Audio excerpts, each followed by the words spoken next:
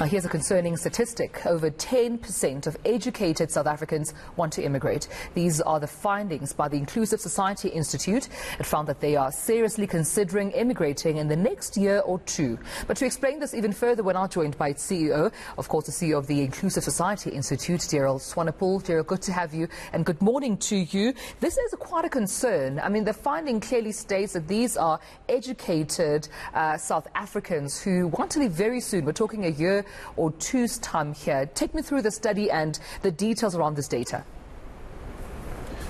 Good morning, and also to your listeners, or viewers rather. Look, the figure of 10% is actually for all South Africans. If you look at the highest educated and the top earners in the country, then that statistic climbs to nearly 12%, actually 11.74% to be precise. Now, this is extremely worrying, given that South Africa is facing a massive skills shortage. We've also done some economic research, and we've engaged all the sectors, and almost every sector has raised as one of their top priorities a lack of skills in the country. Now, it's indicating that you want to immigrate is one thing, to actually immigrate is another thing. So it may not be high as 12%, but even if we lose half or even a quarter, if we lose 3% of these high-skilled workers, it's problematic. But then you also look at the unskilled workers, and there one finds that around just under 10% of them want to move. And that is also something that must bear in mind, is that there's a lot of job opportunities in the developed countries like Europe and Canada and America. Well, not so much, where you have declining populations. There is opportunities for the unskilled workers there as well. But the worry is the skilled workers. What does the finding or the data tell us about, perhaps even some of the reasons behind these educated and highly skilled South Africans wanting to leave the country due to political reasons? What's the percentage there in terms of political reasons potentially being a reason for them leaving? We actually found that the main driving force is job opportunity and wanting to better their lives. There's very little evidence that politics is playing a role in motivating them. In fact, it found if people asked to give their reasons for leaving the country, only 1.76% of the respondents indicated that politics was a reason. That could, of course, be a secondary reason. Right. And if you look, for example, at corruption, there was 6.71% of the respondents indicated that corruption was a driving force. So there's a correlation with politics there. But that is secondary. The main reason is a lack of opportunity and growth opportunity.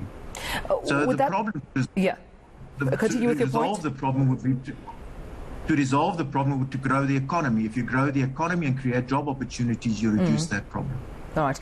Daryl, then break it down for us in terms of racial and age demographics. Of the white, black, coloured, Indian, South Africans, what are the numbers telling us in terms of those who want to leave? In terms of age groups here, I suppose from, say, 18 to 50, how are we looking there in terms of those who want to immigrate? Look, it cuts across all races, the high percentages. There is the white population show a slightly higher tendency to want to immigrate. They come in at 11.72%, but the black and the Indian community are at 10%, and the coloured community are at 9%. So there's a slightly skewed in favor of the whites wanting to leave, but it's not material. It's across all races, and across all races as well. If you look at the age, then by far it's the young people that want to move. They are nearly 3 times more than the 50 years and older. In fact, they come in at 16% of the young people want to leave, whereas over 50s is about just under 5%. But of course, the young people are the people that are mobile, because they do not have property, they do not have families yet, so they are to move. So that is an area that we need to pay particular attention to that you Right. don't lose your future of the country. This is interesting, and I just wonder, where are they then planning to immigrate to? What are some of the countries that look attractive in terms of those economic opportunities that they're looking for? It is mainly the English-speaking countries, the developed English-speaking countries. So topping the list is the United States, followed by United Kingdom. An outlier is Germany. But you know, in the modern world, English is also acceptable within the German population. So and then Canada and Australia. So Australia shifted down in the list. In the past, it used to be Australia at the top, but they've shifted down in the list at the moment. United Kingdom, United States, Canada being the main cards.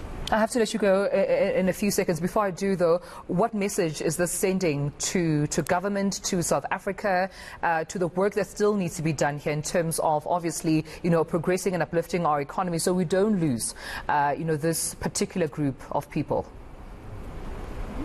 I think the message is a wake-up call that we're going to lose the skills if we do not create the job opportunities. It needs to be the economy über alles, the economy above all. If we put the economy onto the right growth trajectory, then I believe you will change the minds of people. If you can create trust within these people's minds, then they will country. Because, as I said, the positive out of the study is that it is not a dislike for the country. It is not political considerations. It's the fact that they want to improve their lives that they want to do. So that's an easy fix if you grow the economy. Well, I appreciate you speaking to us this morning. Daryl Swanepoel from the Inclusive Society Institute. Thank you so much for your time.